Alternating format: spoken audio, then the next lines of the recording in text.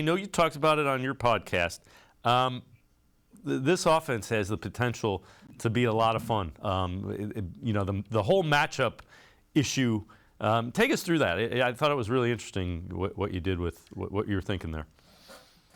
Yeah, so Deshaun Watson himself is a triple threat, right? So if you're a linebacker, right, and you're looking at the Browns' backfield and Nick Chubb and Deshaun Watson is there, you have like 5 things to worry about. Okay, what if this is an RPO? They try to go to the slant over the middle because Deshaun Watson is one of the best over the middle throwers in football, right? So you have to worry about that at a high level. Then you also have to worry about what if he picks this ball up from this RPO and runs the other way.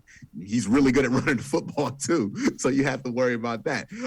Or you have to worry about if Nick Chubb gets the ball, it goes the other way, right? So now you're worried about that. You're worried about left, right, center. And then also you have to worry about deep, right? Because what if he picks up the RPO, rolls right, and throws on a run, which he also does at an elite level? You see already right there how a simple play like an RPO that had a simple solution with a lesser quarterback like, you can just name whatever, like a Kirk Cousins or Baker Mayfield, whoever you want to throw in there.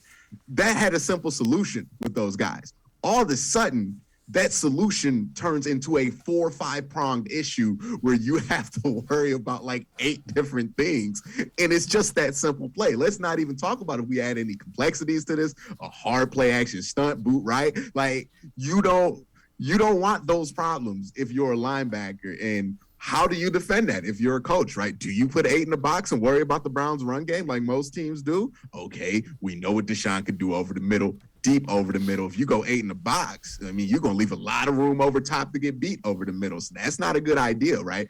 So if you can't stack the box and you can't necessarily leave the box open, that really doesn't leave you with many options. And you're coming into games trying to draw up things versus the Cleveland Browns with your hands tied already, and then they can make adjustments off of what you do. Like the Browns will have the high ground, so to speak, when it comes to a football game plan aspect, almost in any situation that they run up against, unless a team is freakishly talented on the defensive end. And the Browns are one of those teams that are freakishly talented on the defensive end, but they don't have themselves on the schedule, so they don't have to worry about that, right? Like there's only like Darius Leonard, and then there's JOK, and there's like other guys who are like that, but there's not a lot of guys that are like that. So when you have one of those guys, when you have Myles Garrett, when you have a Denzel Ward, like the freaks that could handle those issues already on your roster, you don't have to worry about playing them.